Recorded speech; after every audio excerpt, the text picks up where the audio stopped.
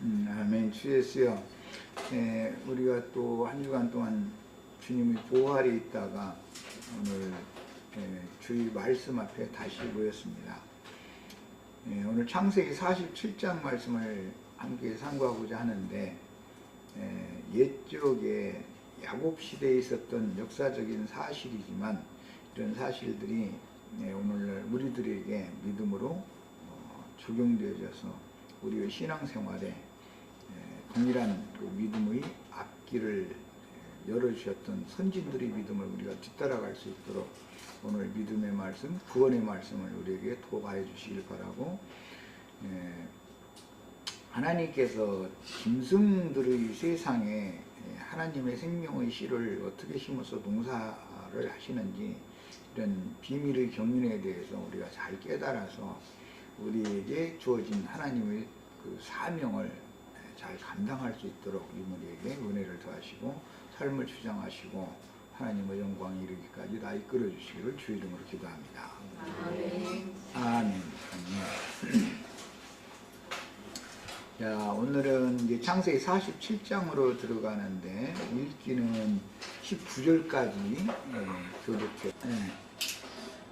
큰 내용으로 보자면 분명히 흐름을 20절까지, 그 19절까지 그 내용을 보자면, 이제 드디어 야곱 족속 70인이 애굽으로 이제 이주를 해서 당시의 그 애굽의 그 황제 왕이었던 파라오라고 그러죠. 바로, 한글 번역에 바로라고 되어 있죠. 이제 바로 그 아련하는 장면이 오늘 우리가 읽은 이제 내용의 흐름이에요. 그런데 11형제들 중에서 5명을 뽑았죠. 다 데리고 간 게 아니라 바로를 아련시킬 때. 그러니까 이제 요셉이 판단할 때는 당시의 이제 강대국, 오늘날이 미국보다도 더 한 강대국이었으니까 그때 당시에는 강대국의 황제를 아련시키는데 혹시라도 좀 어떤 흠이나 이런 걸 잡힐 만한 어떤 형제들을 데려가면 안 되겠다 싶어서 이제 5명을 차출을 해가지고 데리고 간 거죠. 요셉 생각에는. 그래서 이제 인사를 시키니까 바로가 직업, 이제 생업이 뭐냐 이걸 먼저 물어봤죠. 그러니까 우리는 조상 대대로 목자들입니다 라고 답변을 했어요. 그러니까 그래? 그러면은 너희 중에 능력 있는 자가, 즉 말하자면 목축을 잘하는 자가 그 말이죠. 내 가축들을 관리하게 해라 하고 이제 사명을 위임을 해줬죠. 그런데 이제 요셉을 통해서 당시의 그 애굽이 다스려지고 있었기 때문에 요셉이 곡식창고의 모든 관할권을 요셉이 가지고 있었기 때문에 먼저는 가나안 족속들과 애굽 족속들이 모두 다 돈을 가져와서 신부를 사다 먹었다는 거죠. 지금 이제 기근이 이미 2년이 지났고 지금 이때는 3년째로부터의 상황을 지금 말한 거예요. 그런데 그 1년 동안이 지나고, 2년이 지나고 나니까 이제 돈이 다 떨어져 버린 거예요. 그러니까 짐승떼를 가지고 와라. 그럼 또 신부를 주겠다. 해가 3년째는 짐승떼와 신부를 바꾸어 주게 됐죠.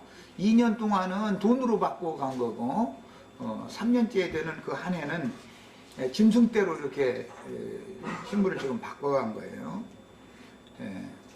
그 3년 지나고 나서 제 4년째가 들어서고 나니까 이제 짐승도 다 없다는 거죠. 그냥 남은 건 우리 몸과 전집밖에 없습니다. 그래서 4년째로부터 시작해서 남은 기간 7년 동안까지는 그 애굽의 그 토지를 다 사들여 가지고 대대적인 그 토지 애굽의 농지 개혁법을 이제 요셉이 실행을 하는 얘기. 이것은 이제 다음 시간에 나눌 부분인데 이제 이렇게 했습니다. 내용의 흐름을 잘 이해를 하셔야 돼요. 가나안 족속들과 애굽 족속들의 짐승 떼까지 다 바로의 소유로 돌아갔는데, 바로는 애굽 사람들에게 자기의 그 짐승들을 관리하게 하지 않고 요셉의 형제들 중에 능력이 있는 자에게 바로의 모든 짐승들을 다 관리하게 했으니까 애굽 온 땅에 있는 모든 그 짐승들은 바로의 것이 되었고, 사실은 요셉의 형들이 관할권이 있는 것이죠 지금. 자, 이제 내가 이게 서원으로 말하는 이런 문맥의 흐름을 잘 열으셔야 돼요. 예수님과 사도들이 나가서 전도를 해서, 세상에 나가 전도를 해서 사람들을 얻으면, 게다 이제 짐승들을 잡아먹는 걸로 상징이 됐어요. 그 짐승떼들을 하나님의 것으로 돌려놓으면, 그 짐승떼들을 누가 관할을 하냐면 주님이 보낸 사도들, 전도자들이 관할을 한다 그 말이에요. 이게 이것이 제일 중요한 핵심이에요. 오늘 나누고자 하는. 역사상으로는 지금 가나안 땅에 거주하고 있던 야곱 족속 70인이 기근을 당해가지고 흉년 2년이 지나간 다음에 제 3년째 되던 해에 요셉이 총리하고 있는 애굽으로 지금 이거를 하는 상태예요. 전체적인 큰 배경은 그런 거죠. 그런데 이제 애굽의 역사에서는 이것을 하피루족의 이주다 이렇게 이제 그 세상의 역사적으로 기록할 때 그렇게 기록을 해요. 그 하피루라는 말은 먼 데서 강을 물을 건너온 이민족이다 그런 뜻이에요. 그래서 원래 히브리인이라고 하는 히브리어가 애굽식으로 이렇게 바꿔진 용어입니다. 그 다음에 다시 이제 여기에 들어왔다가 앞으로 4세기가 지나가면 다시 또 나가죠. 이제 목적지인 원래 그들이 선조들이 살고 있었던 그 가나안 땅을 향해서 나가는 거예요. 그러니까 이제 이 함족, 애굽 족속들이라는 것은 함 자손들이죠. 가나안 족속들이라는 것도 함 자손이지만 가나안 족속은 별도로 번성을, 가나안 땅에서 번성을 했고 그 아프리카 지역까지 내려가지 않았기 때문에 팔레스타인 땅에는 가나안 족속들이 번성을 했고, 그 오늘날의 아프리카 지역에는 함 자손들이 이제 거기에 다 이주를 해서 살게 됐었던 거예요. 그래서 이 두 민족이 성경에 중심으로 많이 등장을 하게 되는데, 우리는 이제 성경을 읽을 때 함족과 가나안족 얘기가 나오면 당연히 노아의 저주 얘기를, 먼 시간이 지났지만 지금 노아가 셈과 야벳은 축복을 했지만 함과 가나안은 저주를 했잖아요. 그 중에서 가나안은 2배의 저주를 받았고 함은 그냥 저주만 받았고 이렇게 돼 있죠. 이제 이것을 먼저 잘 연계를 할 줄 아셔야 되겠어요. 그런데 셈족인 그 하피루족, 그 히브리 민족이 함 땅에 지금은 유입되고 있는 거예요. 오늘 우리가 읽은 말씀은 함 땅으로 들어가는 거예요. 그렇지만 앞으로 4세기가 지나면 이제 그 430년 후에는 나오죠. 다시 큰 민족이 되어져 가지고, 그때 앞으로 430년이 지난 때의 애굽의 그 파라오는 람세스 2세다 그래가지고, 그 사람은 원래 이제 왕족이 아니었고 대신이었는데 그 선왕이 아들이 없이 죽었어요. 그래가지고 그 대신이 예기치 않게 왕이 되어가지고 신왕조를 이제 세우게 되는 거예요. 그래가지고 이제 그 사람 뭐 역사에서는 하피루족의 추출령을 내린 사람이다. 람세스 2세 이래가지고 아주 유명하죠. 역사에 보면. 그리고 뭐 스핑크스 애국 왕들의 그 상을 진흙을 이겨가지고 이렇게 해서 지금까지도 유적으로 남겨두고, 또 왕들의 묘지, 피라미드라 해가지고 어마어마한 그런, 그 전부 흙 이겨가지고 쌓아 올린 것이거든요.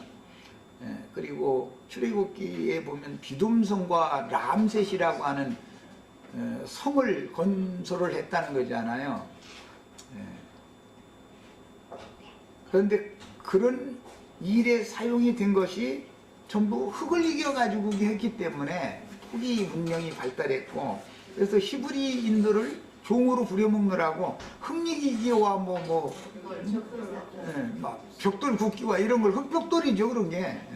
이런 걸 해가지고서 그런 대공력을 시키는 종으로 막 어마어마하게 부려먹은 거죠. 그런 이제 역사적인 사실을 일단은 애굽의 역사를 대충은 아셔야 돼요. 이렇게. 그래야 이제 오늘 우리가 나누고자 하는 말씀의 배경을 알아야 되니까.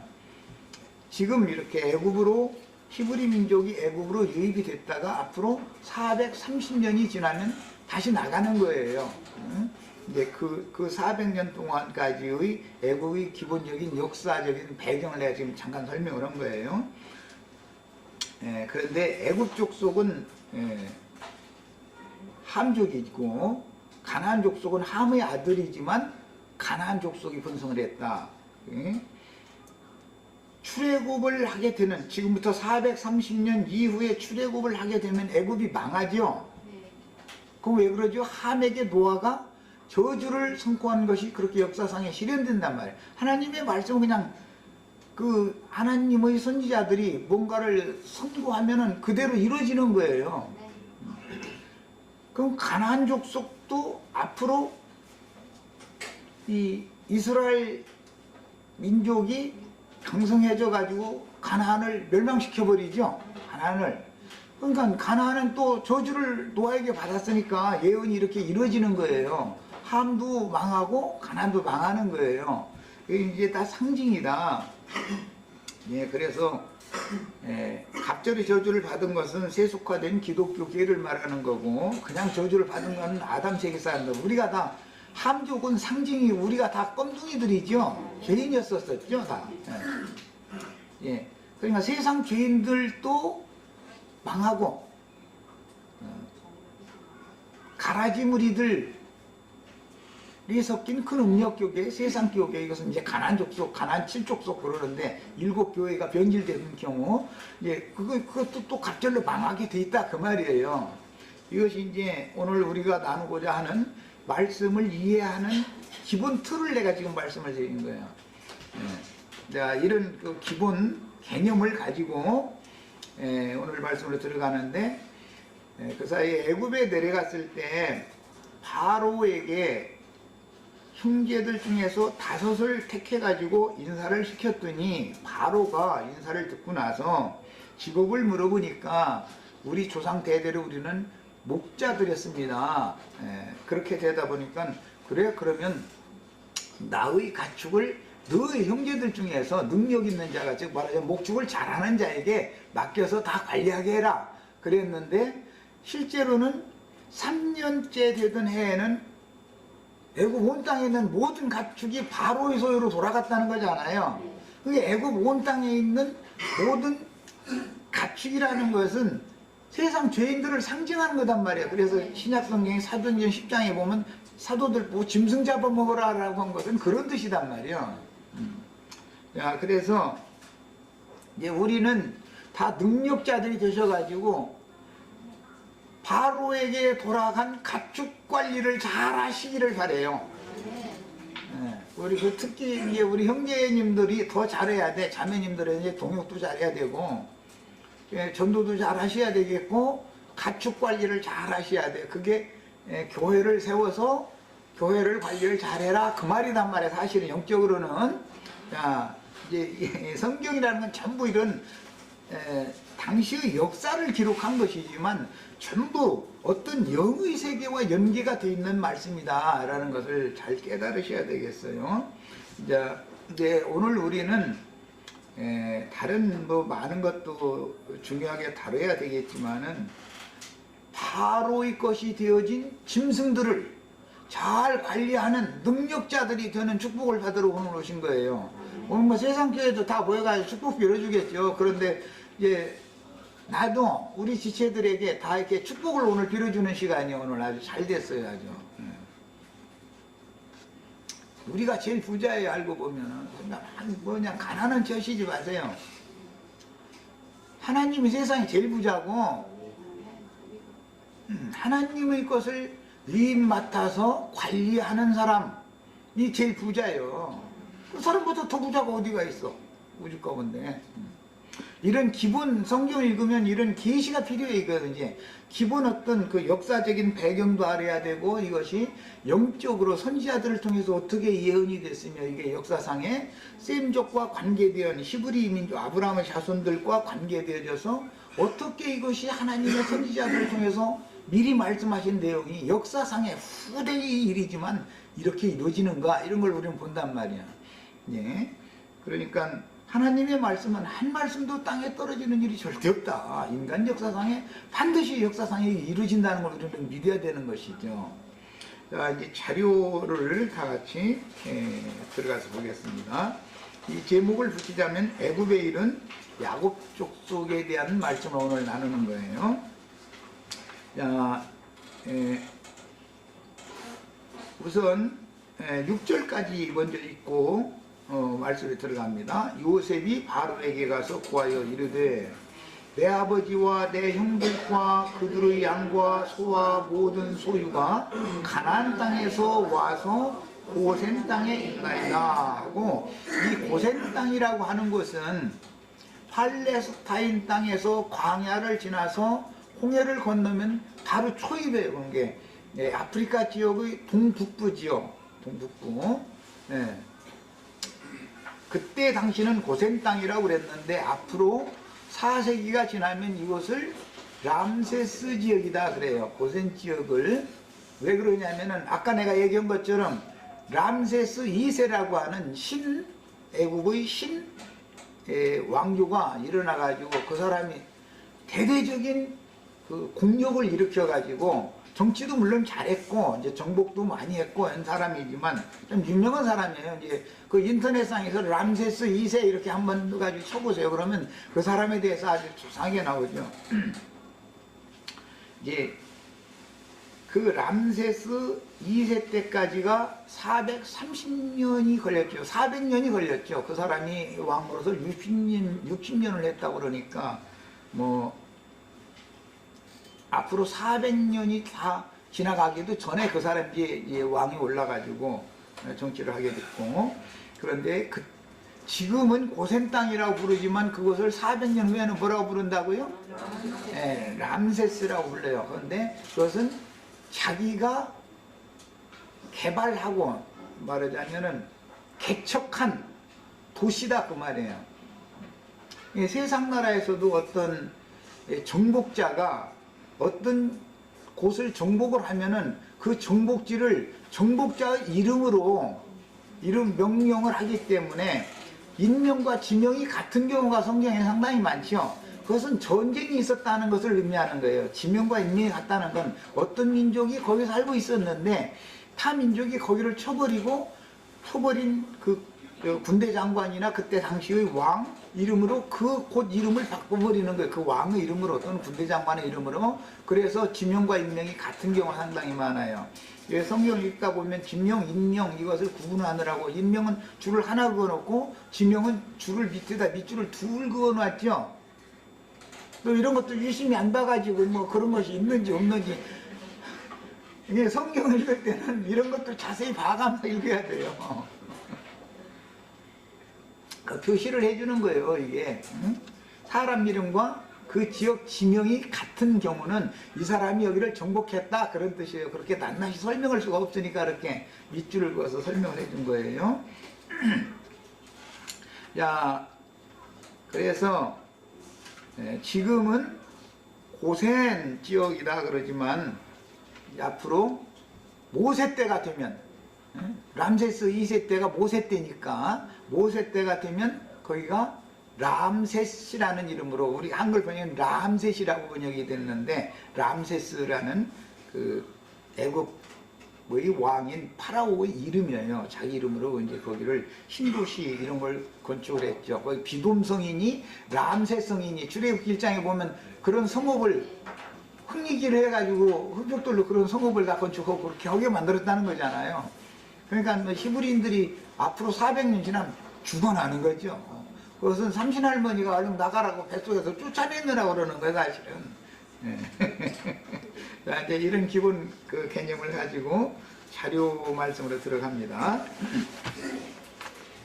자, 요셉이 이미 계획하고 미리 그 부형들에게 이른 대로 이미 우리는 목축하는 자라는 것을 왕을 아련하면은 얘기를 해라 이렇게 일러두었죠. 하라는 대로 온 거예요. 이제 바로에게 말함으로 이스라엘은 고센 땅을 기업으로 얻게 되었는데 형들 중에서 5을 택하여 바로를 만나게 한 것은 요셉의 판단에 부형들이 바로를 대할 때 흐트러짐이나 업신여김을 당할 만한 언행으로, 왜냐하면 문화가 다르니까. 예?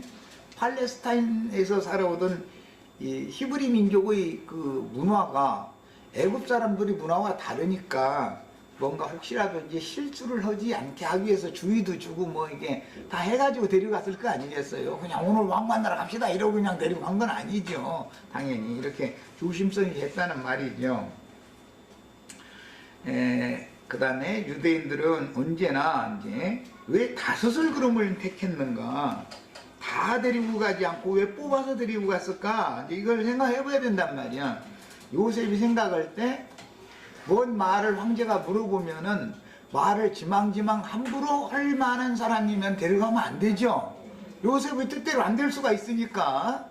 그러니까 요셉과 입을 맞춰가지고 잘 대답을 할 사람을 뽑아 간 거예요, 말하자면. 그래서 5명을 택해서 간 거예요. 그런데 이제 이 사람들이 요셉의 형제들 중에서 바로가 말하는 능력 있는 자들이죠. 이제 이렇게 생각하시면 되겠어요. 원래 유대인들은 5이라는 숫자를 서로 책임지고 협력하는 절반이라고 하는 개념을 갖고 있어요. 손가락이 5개죠?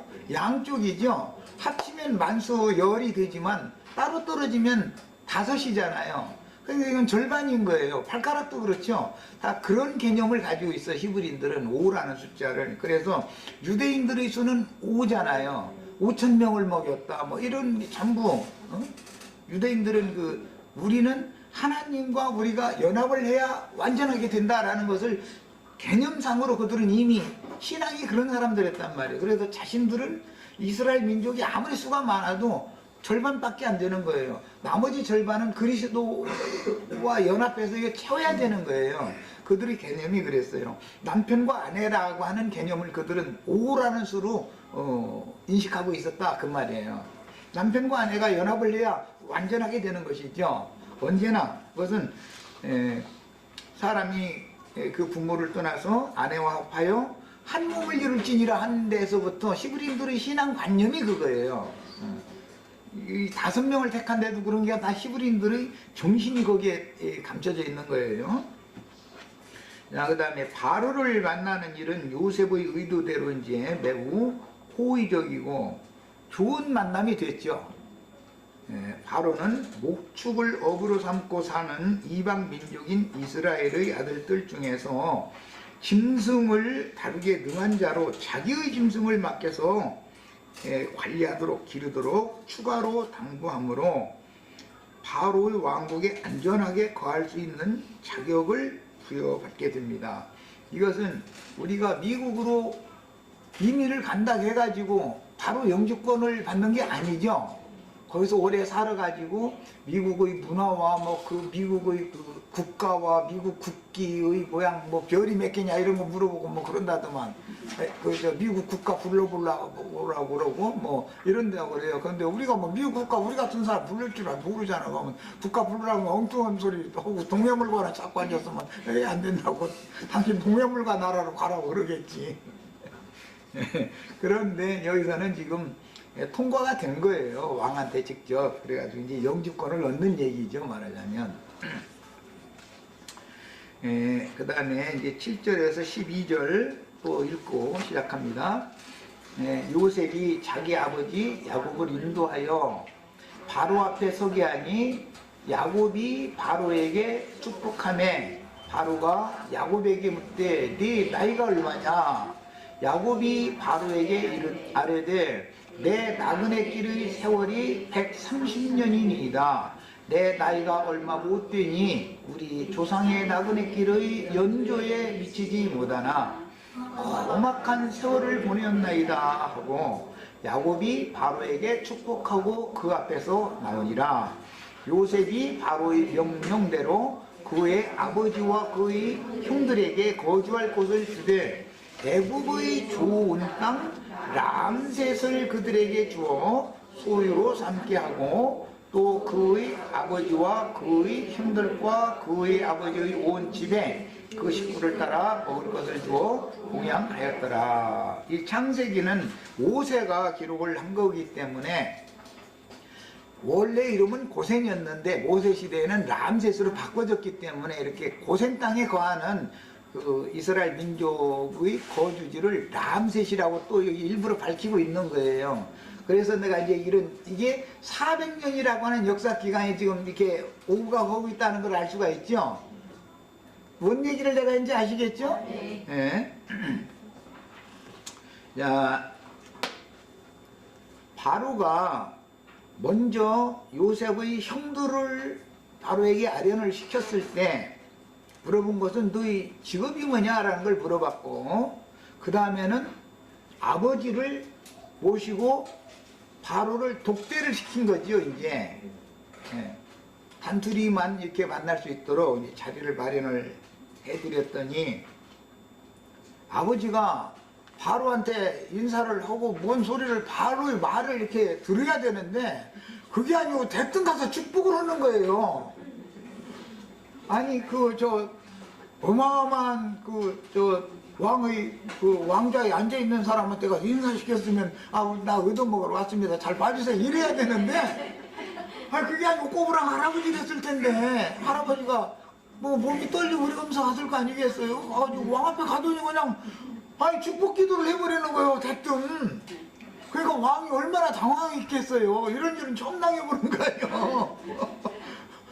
얼마나 당황했겠어요. 그러니까는 이렇게 쳐다보다가 너 나이가 몇이야? 하고 물어본 거예요. 형제들 보고 직업이 뭐냐 물어봤죠. 아버지를 만나가지고는 나이가 몇이냐 이걸 물어봤어요. 이 왕이라는 사람은 누구를 아련을 접견을 할 때 지망지망 쓸데없는 소리를 안 넣는 거예요. 우리처럼 새소리 뭔 소리 막 다 하지를 않아요. 그냥 간략하게 한마디 딱 하고 딱 요약적으로 해서 그냥 끝내고 말죠. 그 사람이 이 사람들에 대해서 제일 알아보고 싶은 거 한 가지 질문을 하는 거예요. 옛날 사극 같은 걸 보시면 황실에서 며느리 자리를 드리려면은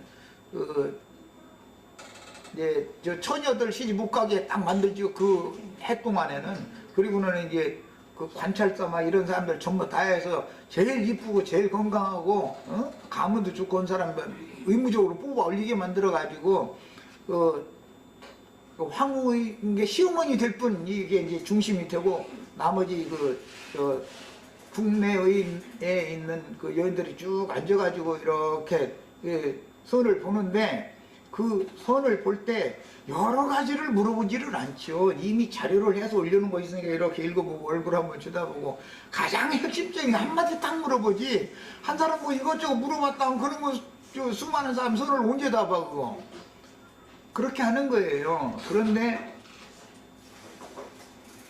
야곱이 형들을 아련을 시킬 때와 요셉이 그 형들을 바로 황제에게 아련을 시킬 때와 그 형들이 나가고 나서 아버지를 모시고 와서 아련을 시킬 때는 요셉이 아버지를 존경하고 공경하고 위엄을 갖춰준 태도를 했기 때문에 왕도 함부로 못한단 말이야 지금. 그리고 이제 연세가 볼 때 워낙에 늙은 130세나 되신 이제 어른이니까.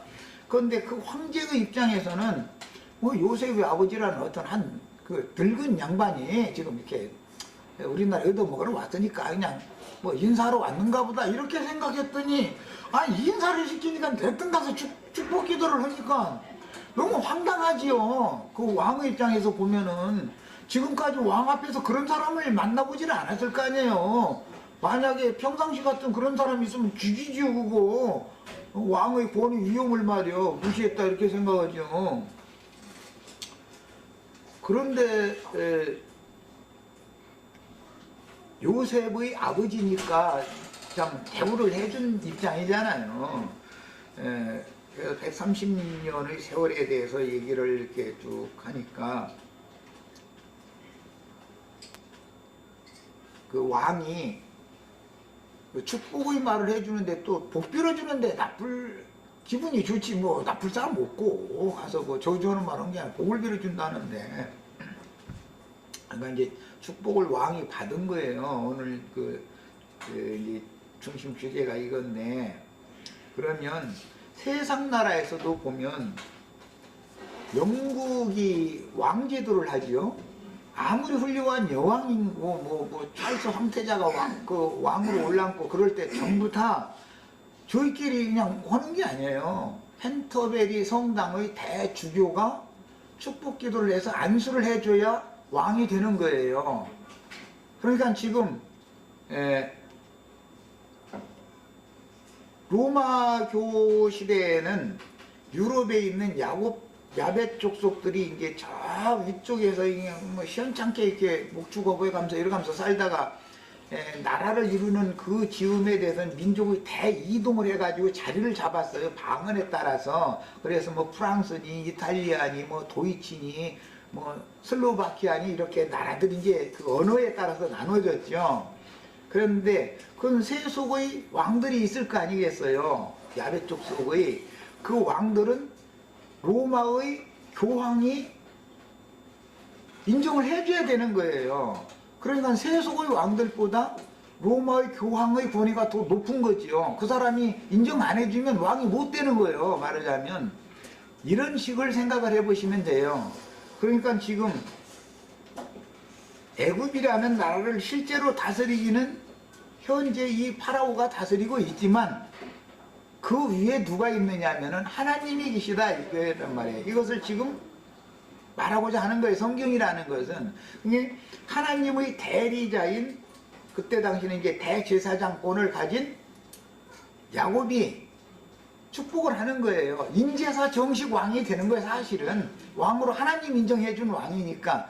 그래서 그 전에도 왕이었지만 인제사 왕이다 라는 말은 이스라엘 백성들이 그 바로의 왕국에서 함께 할 수 있는 왕국의 왕이 됐다 그 말이에요. 그 전에는 하나님과 상관없는 왕이었죠. 그 태양신의 아들이었어요. 그 전에는 애굽 왕이. 그러나 이제는 여호와의 그 허락을 받은 왕국이단 말이에요. 왜? 여호와는 지금 이스라엘 백성들과 함께 계시니까 그런 의미를 여기에 감추고 있는 거예요. 자, 읽어나가겠습니다.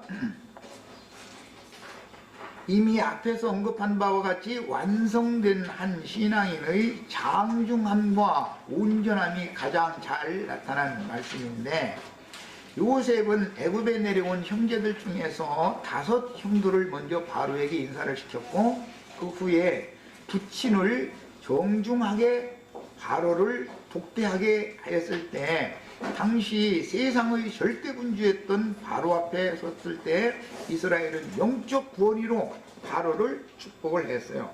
바로는 세상의 권세를 갖고 있지만 지금 야곱은 영적 권위를 가지고 있다 그런 말이에요.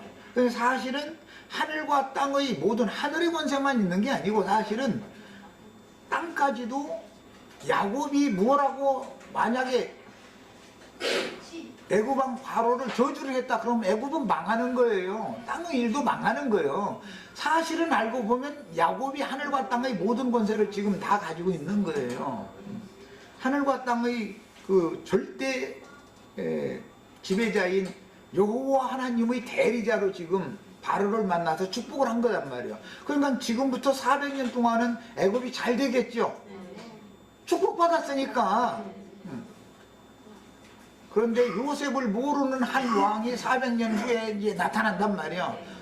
그 이제 삼실할머니가 나타나 이제. 그때가 차서 그러는 거예요, 그게. 이스라엘은 온 우주 가운데 가장 높은 지위와 신분을 가진 신의 제사장으로서 신의 대리자였으며 여호와께 하늘과 땅의 모든 권세를 부여받은 하나님의 사람으로 그 당시 세상의 주권자인 바로를 축복하니 권좌에 앉아서 항상 명령만 내리던 바로는 어리둥절하여 이스라엘에게 네 나이가 몇이냐고 질문하였습니다. 이때 당시 이 파라오의 나이는 지금 현재 이 이스라엘 야곱의 나이와는 비교하지 못할 젊은 사람이었겠죠. 예. 그러니까 이 말은 네 나이가 몇 살이냐라고 이렇게 한글 번역에는 이렇게 반말한 걸로 이렇게 기록을 해놔서 의미 전달을 하기가 좀 어렵게 해놨는데, 축복을 기도를 대뜸 하고 나니까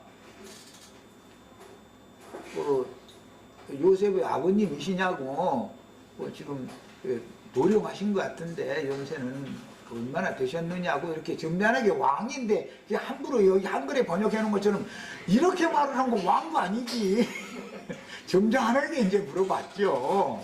그러니까 이 야곱이 거기에 대해서 내 조상의 연주에는 미치지 못하지만 내가 험악한 세월을 보냈습니다. 이렇게 130년의 세월을 바로에게 말했어요. 여기에서 그 연조라는 것은 인생의 삶의 경험들을 말하는 말이에요. 단순히 숫자적인 나이만을 말하는 게 아니고, 지금 여기에서 내 연조가 라고 말하는 것은 그 인생을 사는 동안에 하나님이 그에게 하나님 자신의 형상과 모양으로 만드는 과정을 어떻게 지냈느냐라는 말을 간략하게 여기에 포함해서 하는 말이다, 이런 말이에요. 응? 그러니까는 그 말을 한마디 딱 들으면은 젊은 바로같이가 세상 권세 가지고 거기서 세상 말로 함부로 행하겠어요? 껍적 되겠어요? 그렇게는 못하죠. 상황이 이렇게 돼버린 거예요. 그러니까 지금 현재 영적인 생명의 권위로는 바로가 야곱에게 눌리고 있는 거예요. 그러니까 누가 높은 자냐? 야곱이 바로보다 높은 자다. 지금 이것을 강조해서 말하는 거예요. 어떤 면에서 권리가 더 세상 권세가 많다는 걸 말하는 게 아니고, 그의 연조를 볼 때 그가 130년이라고 하는 험악한 세월을 지내면서 하나님이 그 속에 넣어준 생명의 분량과 그 권위가 바로와는 비교가 안 된다고요. 이해하셨죠? 네. 자, 이스라엘을 처음 만난 바로는 대국의 황제로서 보좌에 앉아 하나님의 사람 이스라엘을 단순히 한 노인으로 생각하고 자신의 왕국의 총리인 요셉의 부친이므로 예의상 형식적인 의례를 갖추어 면대해 주었으나, 당연히 그렇게 생각하죠. 이제 아버지와 형제들 인사시킨다는데 무슨 형제들 5명 인사시키고 나서 다 물리고 나니까 아버님, 우리 아버님이라 해가면서 정중히 아주 이렇게 모셔다가 인사를 시키니까 대뜸 축복을 한 거예요. 이게 상황이 이랬는데, 이것은 그 전까지 야곱을 실제로 만나서 축복을 받기 전까지는 저 가나안 땅에서 온 한 노인네가 요셉의 아버지인데 나한테 지금 이제 아련으로 온다, 이렇게 생각하고 맞았을 거 아니겠어요. 그랬는데 상황이 그냥 확 바꿔져 버린 거, 바로가 생각하던 그런 상황이 아니죠. 지금 전혀. 요셉도 깜짝 놀랐을 거예요. 아버지 저러시면 안 되는데, 속으로는 얼마나 조마조마했을 거예요. 상황 이해하시겠죠? 자, 이것은 야곱이 여기까지 올라온 것이 구원이다, 이 말이야. 구원을 완성한 사람의 표상이라는 것은 험악한 130년의 세월 동안에 하나님 자신의 형상이신 그리스도의 형상으로 야곱을 지금 만들어 놨다, 이런 말이야. 하나님의 사람으로 만들어 놨다, 이런 말이야. 그러니까 하나님의 사람이 모든 면에 있어서 세상 권력을 다 가지고 맘대로 휘두르는 사람보다 위에 있다, 지금 그런 말이에요. 130년의 험악한 세월을 지나며 하나님으로부터 생명의 장중함을 친히 조성받은 완성된 한 신앙인, 그럼 바로는 세상의 세력의 신을 숭배하는 사람이지만 태양신은 세력의 신이에요. 힘을 이제 신으로 섬기는 사람들이죠. 모든 것이 이제 권력을 신으로 섬기는 사람이고, 바로 이스라엘은 아브라함, 이삭, 야곱 자신의 후손들 전체가 대대로 섬기는 여호와, 우주의 유일하신 주제자, 창조자, 그분을 신으로 섬기는 중이고, 이게 다르단 말이에요. 똑같은 신앙이지만 세상 사람들의 신앙은 태양신을 섬기는 것이고, 이스라엘 사람들의 신앙은 태양신이 아니죠. 하나님의 창조물이지. 그거는 조물주를 믿는 거예요. 유일신을 믿는 거예요. 이렇게 다른 거예요. 애굽 사람들이 우리가 지금 사용하고 있는 저 달력이라고 그러는데 원래는 저게 인력이에요. 달력이라는 것은 음력 달력이 그게 달력이죠. 그야말로 원력이죠. 이것은 인력이에요. 지금 우리가 쓰는 것은 태양력이기 때문에. 그런데 이것이 어디서 만들어진 거냐면 애국의 문화단 말이에요. 이게 이미 그 시대에 이런 달력을 사용하고 있었단 말이에요. 얼마나 발전한 사람들이, 이 사람들이 발달을 어마어마한 사람들이죠. 자, 그리고 세력의 신을 숭상하는 사람들은 다 태양을 공경해요.